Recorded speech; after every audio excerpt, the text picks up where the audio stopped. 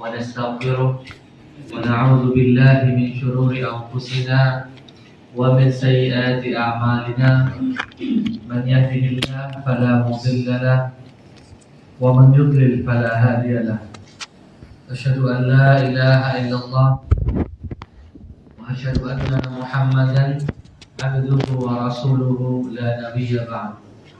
قال الله تعالى في القرآن الكريم يا أيها الذين آمنوا اتقوا الله حق تقاته ولا تموتن إلا وأنتم مسلمون. أما بعد. Ma'asyiral muslimin, a'azallahu wa iyyakum. Pertama-tama marilah kita panjatkan segala puja dan syukur kepada Allah Subhanahu wa taala karena dengan limpahan rahmat-Nya kita pada pagi hari ini masih bisa menjalankan perintahnya sholat subuh dengan berjamaah khusyuk dan tenang. Tak lupa salawat serta salam tercurah kepada junjungan kita Nabi Muhammad Sallallahu Alaihi Wasallam beserta seluruh keluarganya, sahabatnya dan siapapun yang mengikuti mereka dengan baik hingga akhir zaman kelak. Ikhwatul iman, a'azallahu wa iyyakum. Tak terasa tinggal 2,5 bulan lagi ya, kita akan bertemu dengan bulan Ramadan. Semoga Allah Subhanahu wa taala memanjangkan usia kita, memberikan keberkahan di usia kita sehingga kita masih bisa bertemu lagi di Ramadan ya, tahun depan ya. Maksudnya tahun 2026 tapi hijriahnya tahun ini ya. Ma'asyiral muslimin, a'azallahu wa iyyakum. Salah satu hal yang bisa kita tiru dari para sahabat, para tabi'in adalah mereka berdoa kepada Allah Subhanahu wa taala agar dipertemukan kembali kepada bulan Ramadan. Mereka memulai hal yang seperti ini 6 bulan sebelum Ramadan. Alangkah baiknya kita sudah mulai memperbanyak doa, Allahumma balighna Ramadan. Ya Allah, sampaikanlah kami ke bulan Ramadan. Ikhwatul iman, a'azallahu wa iyyakum. Tak lupa juga kita mensyukuri segala nikmat yang telah Allah limpahkan kepada kita. Khususnya nikmat yang paling luar biasa adalah nikmat keamanan di negara kita. Kalau kita melihat beberapa negara di luar sana yang keamanannya rusak, hancur, kita ini termasuk yang luar biasa nikmatnya. Dari rumah berangkat ke masjid aman. Sebuah nikmat yang terkadang kita lupa bersyukur. Ma'asyiral muslimin, a'azallahu wa iyyakum. Sebagai seorang muslim pastinya kita bisa beriktibar atau mengambil ibrah, pelajaran dari apa yang terjadi di sekitar kita ya. Bagaimana contoh ya, kalau kita lihat sekarang saudara-saudara kita sedang dihancurkan, dibantai, bukan cuma di Gaza tapi di Sudan ya, yang gak ada musuh datang menjajah negara itu ya, gak ada penjajah asing masuk ke negara itu, semuanya ribut dengan sesama warga di dalam negeri Sudan. Ma'asyiral muslimin, a'azallahu wa iyyakum. Dan semuanya sebab utamanya satu, yaitu harta. Ikhwatul iman, a'azallahu wa iyyakum. Memang suatu ketika Rasulullah pernah mengutarakan seperti ini, salah satu ujian terbesar umatku adalah harta. Maka dari itu, apa yang kita lihat di negeri Sudan sekarang itu benar-benar real ya. Orang menghalalkan darah manusia, bukan yang dibunuh bukan cuma orang-orang dewasa, yang kecil juga kena tembakan. Hanya karena sekelompok orang yang ingin menguasai tambang emas. Ma'asyiral muslimin, a'azallahu wa iyyakum. Ibnu Qayyim ya, mengatakan dalam bukunya kitab Darus Sa'adah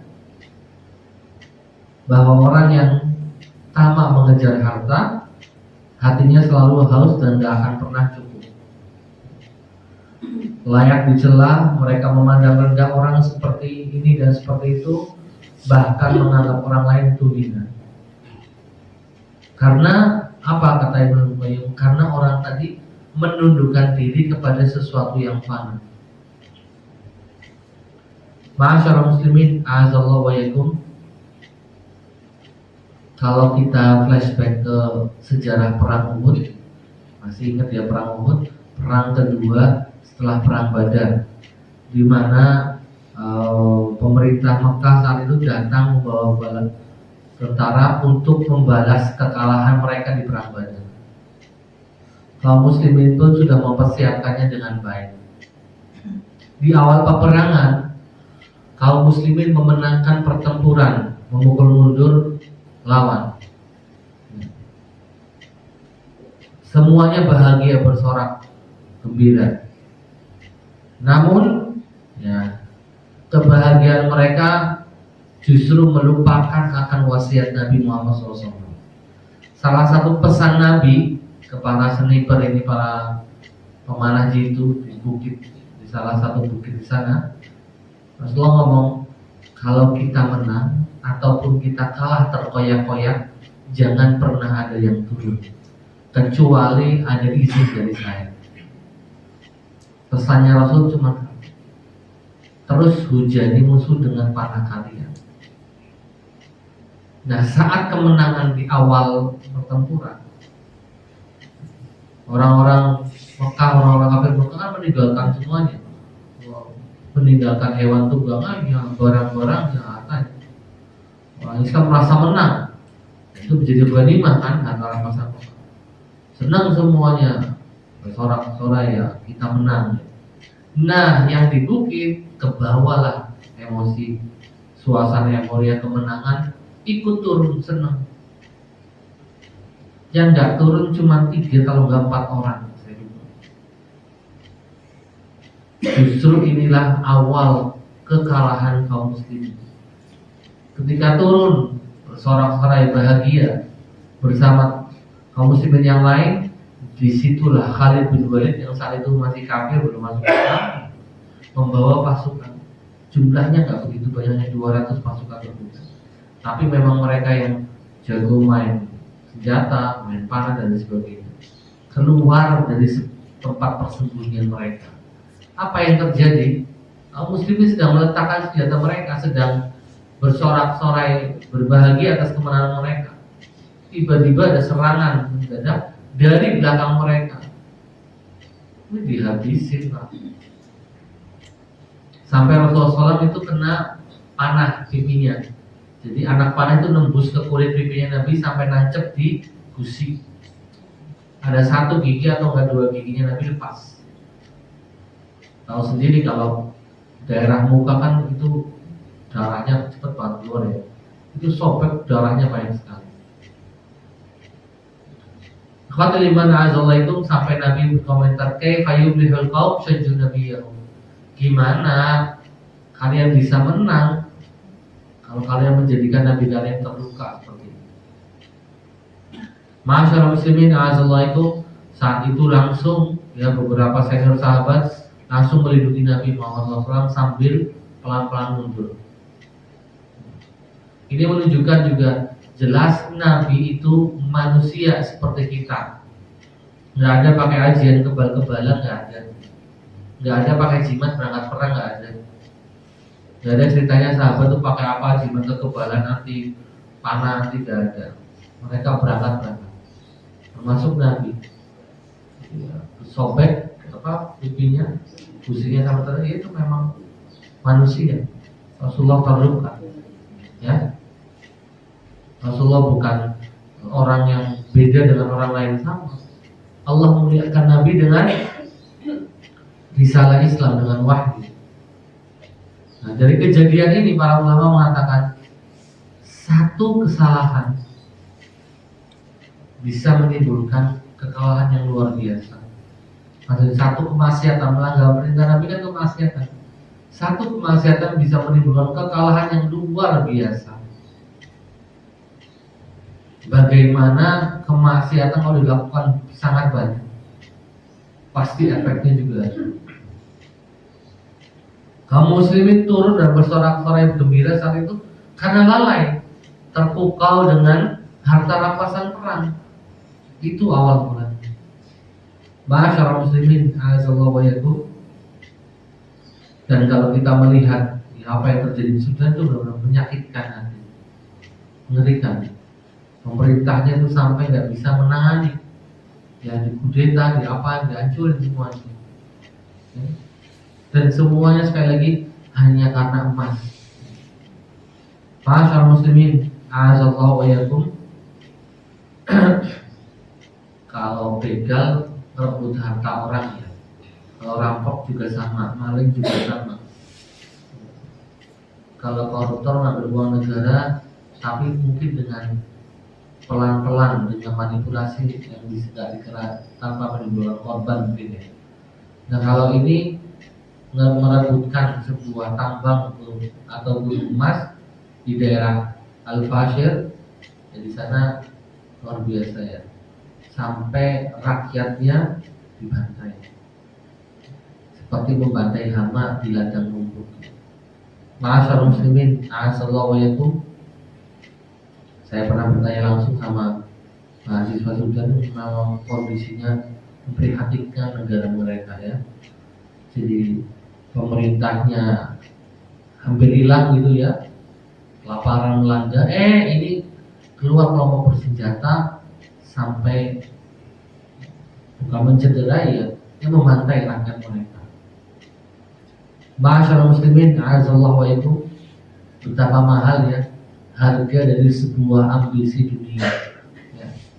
Betapa banyak, ya, darah yang ditumpahkan, nyawa yang dilenyapkan demi harta yang sejatinya yang mereka kejar itu sifatnya fana.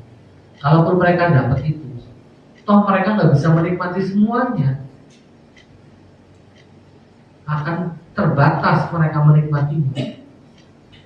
Gak lama juga mereka akan meninggalkan dunia. Khadiman azallahu. Sekali lagi, kejadian di Sudan bukan kejadian pertama, ya. Mungkin sebelumnya banyak kejadian-kejadian yang lain yang mungkin kalau kita telaah lebih dalam lagi luar biasa, ya. Namun tadi saya kaitkan dengan waktu perang Uhud karena ini sangat real dengan kejadian hari ini, ya. Terlena dengan dunia, terlena dengan harta, sehingga kita lupa apa yang harus kita lakukan, sehingga kita lupa mana batasan haram, mana batasan halal, ya. Rasulullah sudah mewanti-wanti, saya yakin zaman akan datang sebuah masa ketika seorang muslim mencari nafkah, mencari harta, itu nggak peduli halalkah, haramkah. Yang penting dapat banyak. Masalah halal atau haram itu urusan nanti. Rasulullah sudah mewanti-wanti nanti akan datang zaman di mana kebanyakan umat Islam itu malah menyepelekan aturan, ya. Aturan dalam mencari harta atau mencari nafkah. Dan assalamualaikum. Kenapa orang bisa lupa seperti itu? Karena apa? Ambisi untuk menguasai harta tadi, sehingga dia tidak mau mengingat lagi aturan syariat lah dan lain sebagainya. Sekarang kalau mau bertanya, kok setega itu, ya, orang-orang Sudan itu membunuh rakyatnya sendiri, atau membunuh teman-temannya sendiri atau tetangganya sendiri, atau bahkan mungkin di antara mereka ada saudara-saudara mereka, hanya karena bongkahan emas. Ma'asyiral muslimin, a'azallahu wa yakum. Allah Subhanahu wa taala, ya, mengangkat atau mengabadikan momen kalahnya umat Islam di perang Uhud di surat Ali Imran ayat 152. Walaqad sadaqakumullahu wa'dah idh tahussunahum bi'idnih hatta idza fashiltum wa tanaza'tum fil amr wa 'asaitum min ba'di ma araakum ma tuhibbun. Di sini Allah menegaskan hatta idza fashiltum, sampai kalian itu gagal, wa tanaza'tum, dan berselisih. Kenapa? Berselisih di urusan kalian kata Allah. Wa asaitum, dan kalian telah bermaksiat. Min ba'di ma arakum ma tuhibbun, setelah kalian melihat, yaitu harta rampasan. Kesalahan ini diabadikan oleh Allah Subhanahu wa taala di dalam Al-Qur'an supaya kita umat Islam bisa mampu mengambil pelajaran untuk kehidupan kita sebagai prinsip hidup kita. Bahwasannya kita sebagai seorang muslim boleh mengumpulkan harta, ya, sebanyak mungkin boleh, silakan. Namun sekali lagi jangan sampai melanggar aturan halal dan haramnya, ya. Mereka saat itu di perang Uhud, yang mereka inginkan apa? Ghanimah atau harta rampasan perang. Mereka lupa dengan pesan Nabi, jangan turun apapun yang terjadi. Itu perintah, dan perintah Nabi kalau dilanggar artinya dia bermaksiat. Dan terjadilah apa yang terjadi, kekalahan yang luar biasa, sampai beberapa public figure kaum muslimin gugur. Salah satunya paman Nabi yang bernama Hamzah. Itu dengan meninggalnya Hamzah itu memberi pukulan luar biasa buat kaum muslimin saat itu. Nah, sekali lagi, Fadriban Allahu ayyakum, memang keberkahan dalam hidup kita datang ketika kita mulai kembali lagi menata hidup kita, menyesuaikan atau mengikuti perintah-perintah agama.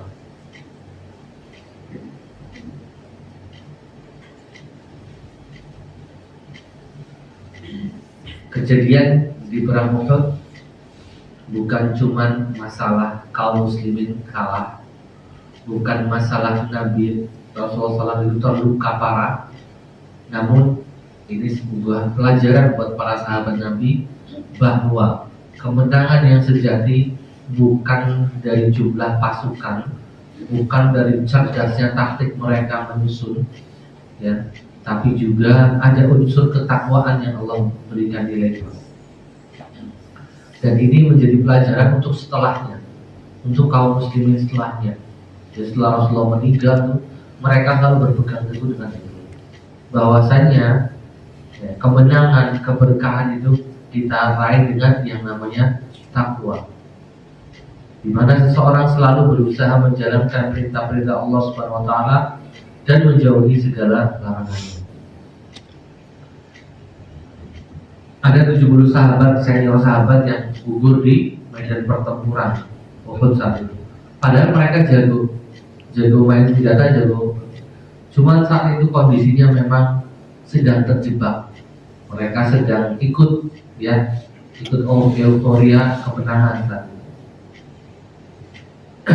Bisa dikatakan apa mungkin karena rebutan itu, mengutamakan harta rampasan perang daripada mentaati perintah Allah, bisa jadi.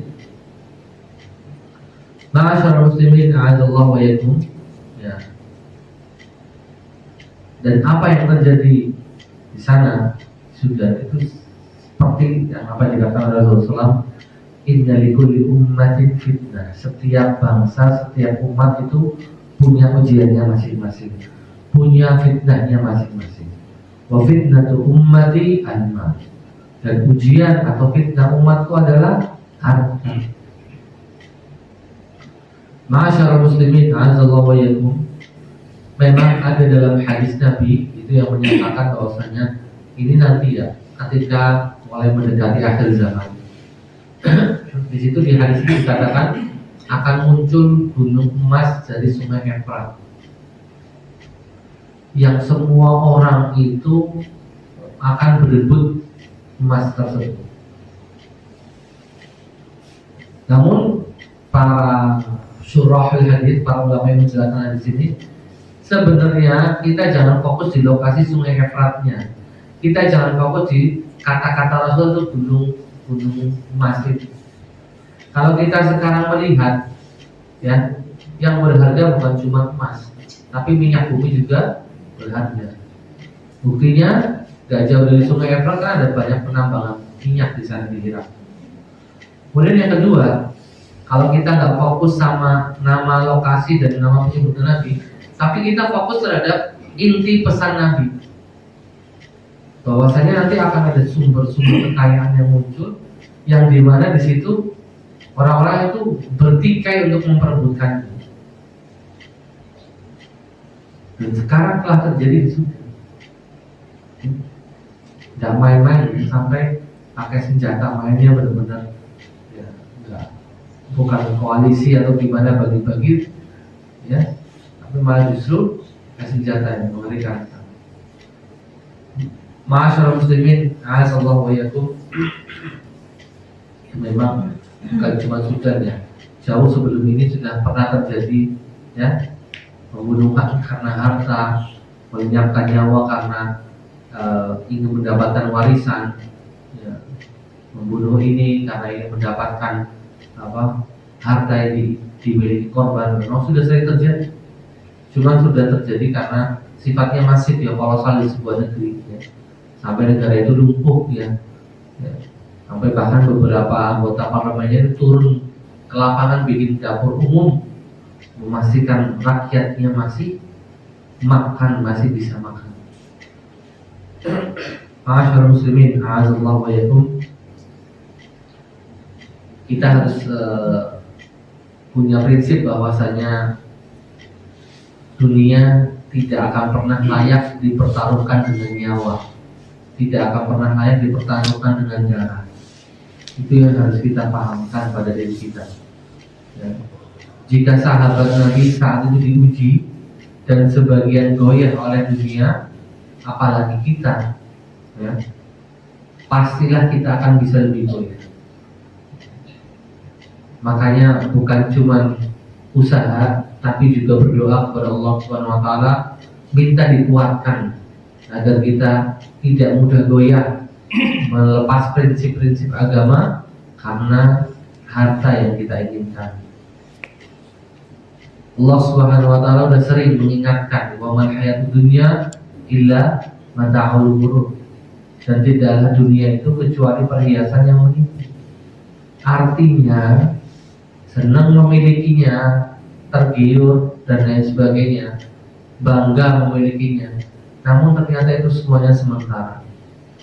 Kalau Rasulullah SAW berbicara masalah harta, harta itu ada 3 kata Nabi. Yang dimakan, dikonsumsi, hancur, ya, habis. Yang dipakai nanti juga akan usang.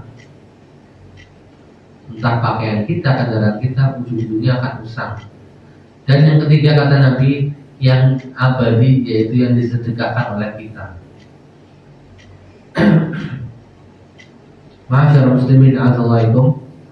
Nabi ingin memahamkan kepada kita cara memandang harta, bahwasanya harta yang kita miliki itu menjadi fasilitas untuk kita bisa semakin nyaman beribadah, fasilitas semakin nyaman melakukan perintah-perintah Allah Subhanahu wa taala. Menikmati harta yang kita miliki tidak masalah, namun jangan sampai hati kita ini terlena bahwasanya itu satu-satunya sumber kebahagiaan kita. Di situ seseorang tidak akan mendapatkan kebahagiaan ketika benar-benar ambisinya yang dunia. Namun ketika dia telah memperoleh dunia, dia sadar bahwa ini bisa untuk dia gunakan untuk ibadah, untuk menafkahi keluarga, untuk bersedekah, zakat, berbagi dengan yang lain, maka akan datang keberkahan. Ambisi atau keserakahan itu akan hilang. Salah satu fungsi zakat dan liyuzakkikum, untuk mensucikan jiwa kita dari rasa tamak, dari rasa ambisius yang terlalu terhadap dunia. Ma'asyiral muslimin, a'azzallahu wa iyyakum. Memang kalau kita lihat perang Uhud, bandingannya ini luar biasa, ya. Orang-orang Quraisy 3.000, umat Islam cuma 700. Ya, namun kita jangan lihat ke ke jumlahnya, karena buktinya di awal pertempuran kaum muslimin sudah memenangkan, ya sudah memenangkan babak pertempuran awal. Namun saja sayangnya, dan memang sudah terjadi atas kehendak Allah, para pemanah turun dari bukit yang sudah posnya mereka di situ. Nah, disitulah awal kekalahan kaum muslimin. Allah Subhanahu wa taala mengatakan, minkum man yuridud dunya wa minkum man yuridul akhirah. Dari kalian ada yang hanya menginginkan dunia, dari kalian ada yang juga menginginkan akhirat. Dari bahasanya Allah di sini di surat Al-Imran ayat 152 yang masih berlaku sampai kapanpun. Kita pun sama ya, Fatimah Hazal. Contoh, kita sebagai laki-laki mencari nafkah, ya, visi kita jangan cuma mendapatkan uang, mendapatkan rupiah, namun juga diniatkan untuk ibadah. Bahwasanya ketika kita mencari nafkah itu merupakan bentuk ibadah kita kepada Allah Subhanahu wa taala, sehingga kita akan lebih berhati-hati. Bahkan ikhwatul iman azza itu nggak usah mencari nafkah ya, beribadah, datang ke masjid. Terkadang niat kita berbeda-beda. Wah, ke masjid aja lah, nanti habis dari masjid enak, bisa nongkrong ngobrol. Ada yang wah ke masjid dengar azan, sholat jamaah lah, biar pahalanya lebih banyak. Ada yang ke masjid karena niat-niat yang lain juga. Nah, perbedaan niat ini yang mempengaruhi perbedaan pahala kita. Boleh jadi tadi kita sholat subuh bareng Bapak Ibu, tapi yang menentukan pahalanya Allah Subhanahu wa taala. Apakah kita dapat pahala 100% atau 50% atau bahkan cuma 1/4 saja, itu semua kembali ke niatan kita. Rasulullah pernah melihat 2 orang sholat, ya, kata Nabi itu 2 orang sholatnya sama, 2 rakaat, sama-sama tahiyatul masjid. Bahkan mungkin yang dibaca suratan pendeknya sama, cuman pahalanya jelas berbeda, ya, karena Allah yang mengetahui isi batin mereka. Kata Nabi, bisa jadi orang sholat mendapatkan pahala yang sempurna, bisa jadi 1/4-nya, setengahnya, 1/3-nya, kata Nabi. Itu semua kembali ke tadi, amalan hatinya, keikhlasannya, kekhusyuannya. Ini bentuk keadilan Allah Subhanahu wa taala. Ya, tidak memberikan pahala sama rata hanya karena dengan sebuah amalan, tapi dilihat dari niatan orang tersebut juga. Ya. Khadiman azallahu yakum. Dalam sebuah hadis Rasulullah mengatakan, "Fa wallahi mal faqru akhsha 'alaikum." Kata Nabi, saya enggak khawatir kalau kemiskinan menimpa sebagian umatku. Walakinni akhsha an tubsat 'alaikum dunya kama busitat 'ala man kana qablakum.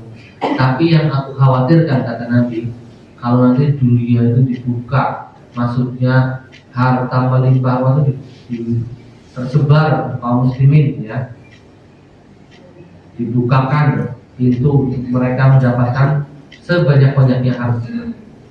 Khawatir kondisi yang seperti ini malah menjadikan umatku lupa akan akhirat. Fadana fasuha, maka nanti kalau pas sudah lalai, kalian akan berlomba-lomba mengejar dunia, bukan mengejar akhirat. Nah, di situ kata Nabi, wa tuhlikukum kama ahlakatkum. Di situ nanti akan terjadi bencana, musibah, kebinasaan, sebagaimana umat-umat terdahulu seperti itu. Ini Nabi Muhammad SAW yang menjelaskan. Jadi ikhwatul iman assalamualaikum, sekali lagi pelajaran besar untuk kita, ya, dari perang Uhud maupun apa yang kejadian di Sudan sana. Taat kepada Allah dan Rasulnya lebih utama dari apapun juga, ya. Kemenangan sejati bukan hanya mendapatkan emas, mendapatkan harta, namun juga kemenangan itu kita mampu menjaga aturan agama.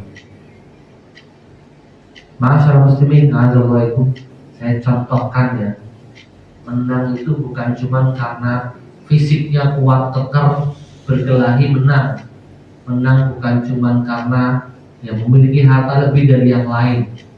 Ya, kalau saya contohkan ke anak-anak SMA gini Pak, kamu itu bisa dikatakan kuat menang Mas, ketika ada teman kamu ngajakin kamu nge-vape atau merokok tapi kamu tolak, karena memang kamu tidak mau, karena memang kamu tahu itu hal yang makruh dalam agama. Ya. Atau teman kamu ngajak nonton film-film yang berbau pornografi, kamu berani nolak, ya. Apalagi nasihatnya teman, kamu yang menang Mas, kamu gak jadi budak hawa nafsu, tapi kamu melawan hawa nafsu, kamu mengekang hawa nafsu kamu untuk meraih keridhaan Allah Subhanahu wa taala. Jadi Fatimah Nazaraitum, ketika kita mampu melaksanakan ketaatan itu ya macam-macam ya perintah agama kita lakukan. Kita lawan hawa nafsu kita lawan kenyamanan kita. Di saat itu kita menang. Di saat itu kita menang apa? Memenangkan keridhaan Allah Subhanahu wa taala dan mampu mengontrol diri kita. Kemudian pelajaran yang berikutnya, dunia adalah merupakan fitnah yang akan menentukan siapapun yang tidak mengendalikannya. Dunia yang kita lihat ini yang menggiurkan kita Bapak Ibu. Ini kalau kita nggak bisa kontrol, kalau kita nggak bisa mandang dengan kacamata akhirat, dengan kacamata syariat, malah kita yang justru tidak bisa mengendalikan diri kita. Kita yang dikendalikan. Ketika umat saling berebut dunia, pasti di Fatimah mereka kalah, walaupun jumlah mereka banyak. Dan hal yang lebih penting adalah darah seorang muslim lebih berharga daripada seluruh isi dunia. Nabi pernah ngomong dalam sebuah hadis ini, membahasakannya, bagi Nabi lebih ringan ada orang nyongkelin batanya Ka'bah satu persatu daripada ada umatku yang terbunuh sia-sia bukan karena kebenaran dia. Artinya menumpahkan darah seseorang atau melenyapkan nyawa seseorang itu merupakan kezaliman yang paling besar. Kezaliman antar manusia yang paling besar adalah pembunuhan itu sendiri. Kalau kezaliman kepada Allah yang paling besar adalah perbuatan syirik. Tapi kalau kepada manusia adalah pelenyapan. Kalau kata para sahabat Nabi, salah satunya Ali bin Abi Thalib mengatakan, persidangan akhirat akan menjadi ruwet kalau seseorang pernah melenyapkan nyawa manusia. Entah langsung dia yang melenyapkan, entah membayar pembunuh bayaran atau berkonspirasi. Semuanya akan mempertanggungjawabkan di hadapan Allah Subhanahu wa taala. Bapak Ibu yang dirahmati Allah Subhanahu wa taala, Sudan cuma contoh ya, contoh real yang sekarang sedang terjadi. Kita semua bisa terjatuh, walaupun modelnya mungkin tidak sama kayak Sudan ya, tapi masih dalam frame yang sama, yaitu terlalu mencintai dunia. Ketika dunia menguasai hati, maka sekali lagi kita akan lupa tujuan utama kita. Kita akan lupa orientasi akhirat. Kita akan lupa yang namanya batasan halal dan haram. Kita akan lupa semuanya. Ya, Masyaallah muslimin azallahu itu, kata para tabi'in ya, tabi'in itu generasi setelah sahabat. Mereka bilang gini, bedanya kita sama sahabat Nabi, kalau kita dapat uang satu karung gitu ya, itu uangnya itu masuk ke hati kita, ya. Tapi kalau para sahabat Nabi, uang itu cuma sampai di tangan mereka, nggak sampai masuk ke hati. Ini yang menyelamatkan mereka. Ini yang menjadi salah satu yang menjadikan mereka lebih mulia dari kita. Maka dari itu Fatimah Nazarullah itu, jadikanlah dunia di tangan kita, bukan di hati kita. Di hati kita hanya mengharapkan ridha Allah Subhanahu wa taala. Ya. Dengannya kita akan hidupnya akan lebih terang dan jelas. Kalau orang mengharapkan ridha Allah kan hidupnya tuh gak terberusung. benar-benar terarah, bisa istiqomah. Tadi suruh 12 kan ya? Oh, kita tadi bel jam apa cepetan. Baik, ikhwatul iman, a'azzallahu. Apa yang bisa kita lakukan supaya kita nggak terlalu gitu ya, lalai kepada dunia? Yang jelas yang pertama, ikhwatul iman, kita perlu ilmu agama. Ya, kita harus menyempatkan diri bisa mengkaji ilmu agama. Ya, entah hadis-hadis Nabi, entah tafsir-tafsir Nabi. Ya, kalau ringannya gini, tiap hari baca Quran, oke, sempatkan membaca terjemahannya. Namun juga disempatkan, ya mungkin sepekan sekali atau beberapa hari sekali, membaca hadis-hadis Nabi yang sudah terjemahkan otomatis. Ya. Bisa Arba'in Nawawi yang paling ringan, atau Riyadhus Shalihin yang dibaca. Itu contoh. Kita baca halaman demi halaman sampai selesai. Itu semua akan memberikan efek pada kita. Efeknya apa? Kita akan semakin paham banyak hal tentang ajaran agama kita. Prinsip kita semakin kuat. Kita nggak akan mudah terlena dengan rayuan-rayuan yang ada. Bisikan setan sih terus-terusan ada, Pak. Mau kita di masjid, mau kita di rumah atau di kantor kita, bisikan setan akan terus ada. Tapi bisikan ini akan langsung tersingkirkan kalau hati kita itu penuh dengan iman. Hati kita itu penuh al-yakin billah, yakin dengan apa yang Allah janjikan untuk orang-orang beriman. Oh, itu lewat dengan bisikan setan. Kejahatan bisa terjadi dimanapun, ya nggak cuma di tengah keramaian atau di kesunyian, atau bahkan di dalam masjid bisa terjadi kejahatan. Setan nggak pandang tempat mau rayu manusia, Pak. Ya, dimanapun bisa, kecuali saat manusia terkoneksi dengan Allah Subhanahu Wa Taala, di situ setan mundur, nggak bisa. Misal, ketika kita sedang khusyuk sholat, khusyuk benar-benar khusyuk, itu nggak bisa setan merayu kita. Ketika iman kita kuat, Pak, kencang gitu ya, setan sadar diri, dia akan mundur. Ini cahaya imannya lebih terang, percuma saya bisikin, gak bakal mau. Karena ketika orang melakukan kemaksiatan, itu dalam kondisi iman yang lemah, Bapak Ibu. Kata Nabi dalam hadisnya, la yazni zani hina yazni wa huwa mu'min, wa la yasriqu sariq hina yasriq wa huwa mu'min. Tidaklah orang yang sedang berzina itu punya iman saat itu, kecuali imannya itu hilang atau menipis banget saat itu. Begitu pula ketika orang melakukan tindak pencurian, korupsi dan sebagainya, mengambil harta orang lain. Saat melakukan hal itu iman di hatinya sedang tipis-tipisnya. Makanya dengan mudah, tanpa beban, dia melakukan kemaksiatan. Tapi kalau imannya lagi kuat, dirayu, bahkan dirayu sama temannya sendiri, ditolak, enggak, dosa.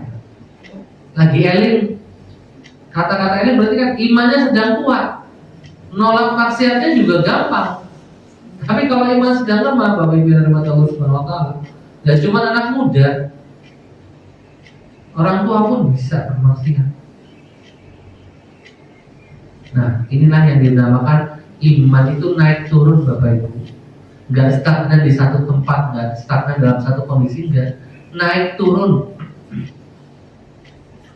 Salah satu cara menjaga iman, kita jaga sholat 5 waktu. Itu salah satu caranya. Yang kedua, memperbanyak amal soleh. Nanti imannya kuat. Tapi kalau memperbanyak maksiat, imannya jadi lemah dan semakin tipis. Terus tipis. Kalau nggak diberhentikan maksiatnya, akan terus menipis.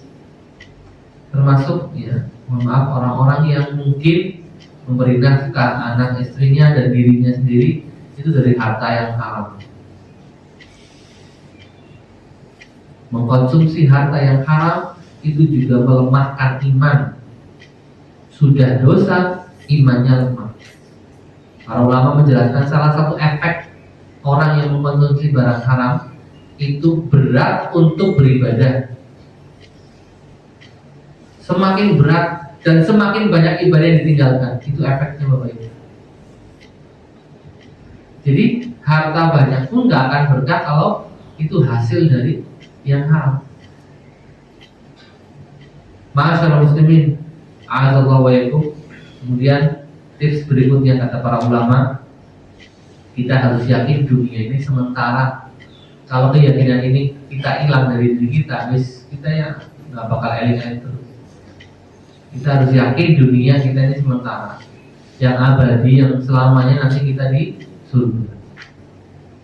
Maka layaknya jangan sampai kita mengorbankan yang abadi hanya untuk yang sementara. Tips yang berikutnya, selalu berusaha mendahulukan atau memprioritaskan keridhaan Allah Subhanahu wa taala daripada hawa nafsu kita atau kepentingan pribadi kita atau kepentingan dunia kita. Kita bagaimana caranya tetap mendahulukan keridhaan Allah. Minim jangan sampai kita bermaksiat. Sudah itu aja. Minim itu. Yang kelima, harus ada kesabaran dalam diri kita, ya. Sabar menjalani kehidupan, sabar menjalani perintah-perintah agama, ya. Sabar menahan diri, ya, dan memahamkan itu semuanya kepada anak-anak kita dan keluarga kita. Sehingga kita sebagai kepala rumah tangga, ya, bisa telah menunaikan kewajiban kita. Karena kita ditekankan oleh Allah Subhanahu wa taala, "Qu anfusakum wa ahlikum nar." Itu merupakan tugas utama seorang kepala rumah tangga. Ma'asyiral muslimin, a'adzallahu wa iyyakum. Ya, sebagai penutup, saya angkat doanya Nabi Muhammad sallallahu alaihi wasallam ketika beliau berdoa tentang dunia. Dan ini sering juga diangkat oleh khatib Jumat terkadang gitu ya. Di sini di riwayat salah satu hadis disebutkan, Allahumma qsim lana min khasyatika ma tahulu bihi bainana wa baina ma'siyatik. Ya Allah, anugerahkanlah kepada kami rasa takut, yang dimana rasa takut, ya takut akan azab neraka, takut kena murkanya Allah, ya. Yang dimana rasa takut ini bisa menghalangi kita dari kemaksiatan. Wa min ta'atika ma tuballighuna bihi jannata. Dan ya Allah, aku minta anugerahkan kami ketaatan, yang dimana ketaatan yang kami lakukan ini bisa menghantarkan kami ke surga. Wa minal yaqin ma tuhawwinu bihi 'alaina masaibat dunya. Ya Allah, berikan kami keyakinan yang kokoh, ya, akidah yang kuat, iman yang kencang gitu ya. Yang mana kalau kita punya keyakinan yang kokoh, iman yang kuat, ma tuhawwinu bihi 'alaina masaibat dunya. Musibah-musibah dunia itu ringan rasanya. Karena apa? Keyakinan kita kokoh, iman kita kuat. Kemudian kata Rasulullah, Allahumma matti'na bi asma'ina wa absarina wa quwwatina ma ahyaitana. Ya Allah, karuniakanlah kepada kami kenikmatan pendengaran, penglihatan, dan kekuatan fisik, ya, selama Engkau hidupkan kami. Bapak Ibu, ini merupakan doa dari Nabi, minta kesehatan fisik yang bagus, yang sempurna sampai akhir hayat. Mati'na bi asma'ina, ya Allah, bahagiakan kami, atau jadikanlah kami terus menikmati yang namanya pendengaran. Telinga kita masih bisa mendengar sampai akhir hayat nanti. Absarina, pandangan kami, mata kami masih kita bisa gunakan sampai akhir hayat nanti. Wa quwwatina, fisik kami, ya. Ini salah satu doa. Kenapa? Karena ketika seseorang pendengarannya masih kuat, penglihatannya masih kuat, fisiknya masih bagus, toh untuk ibadah juga nyaman. Waj'alhu al-waritha minna waj'al sa'rana 'ala man zalamana wansurna 'ala man 'adana. Jadikanlah semua itu sebagai warisan yang tersisa pada diri kami. Maksudnya jangan sampai kita bergelimang harta, tapi tadi fisik kita sudah sangat rapuh, sudah gak bisa menikmati apapun, pandangan kita udah kabur, pendengaran kita udah gak bisa dengar dan lain sebagainya gitu ya. Itu yang diminta oleh Rasulullah SAW ya. Rasulullah kepengen punya itu semua sampai akhir hayat. Dan jadikanlah pembalasan kami kepada orang-orang yang telah menzalimi kami, dan tolonglah kami ya, terhadap musuh-musuh kami. Wala taj'al musibatana fi din. Ya Allah, jangan jadikan musibah kami itu dalam masalah agama. Karena musibah dalam masalah agama Bapak Ibu, perkaranya berat, efeknya sampai akhir hayat. Wala taj'al dunya akbar hammina. Ya Allah, jangan jadikan dunia itu ambisi terbesar kami. Wala mablagha ilmina, dan kedalaman ilmu kami jangan cuma di masalah duniawi saja. Wala tusallit alaina man la yarhamuna. Ya Allah, jangan biarkan orang yang memimpin kami itu enggak punya rahmah, enggak punya rasa sayang sama rakyatnya. Makanya salah satu doa yang sering kami lakukan adalah Allahumma la tuwalli alaina man la yarhamuna wa la yakhafuka. Ya Allah, jangan biarkan ya orang-orang menjadi penguasa kami yang dimana mereka tidak punya rasa sayang sama rakyatnya dan tidak punya rasa takwa kepada dirinya. Itu salah satu doa yang sering dilantunkan di khutbah-khutbah di akhir khutbah. Karena salah satu adab kita sebagai seorang muslim mendoakan kebaikan untuk negara, untuk negeri kita, dan juga mendoakan kebaikan untuk pemimpin kita. Wallahu a'lam bishawab. Ya, sampai di sini apa yang bisa kami sampaikan, semoga bisa menjadi pengingat kita semuanya agar tidak menjadikan dunia akbar hammina, bahwa ambisi dunia adalah ambisi yang paling besar yang pernah kita miliki. Ya, punya ambisi wajar, tapi jangan sampai ambisi tentang dunia itu berlebihan. Kita punya ambisi-ambisi lain yang itu berkaitan dengan akhirat kita. Ambisi beramal soleh, ambisi umroh sekeluarga misalnya ya, ambisi untuk berkurban, ambisi untuk beramal jariah, dan ambisi-ambisi yang lain yang sebenarnya positif untuk akhirat kita. Silakan Bapak Ibu jika ada masukan ataupun pertanyaan sebelum kami tutup kajian ini. Ya, saya kira cukup ya. Dan suruh. Aku qouli hadza wa astaghfirullah li wa lakum. Mari kita tutup dengan bacaan hamdalah dan doa kafaratul majlis. Alhamdulillah.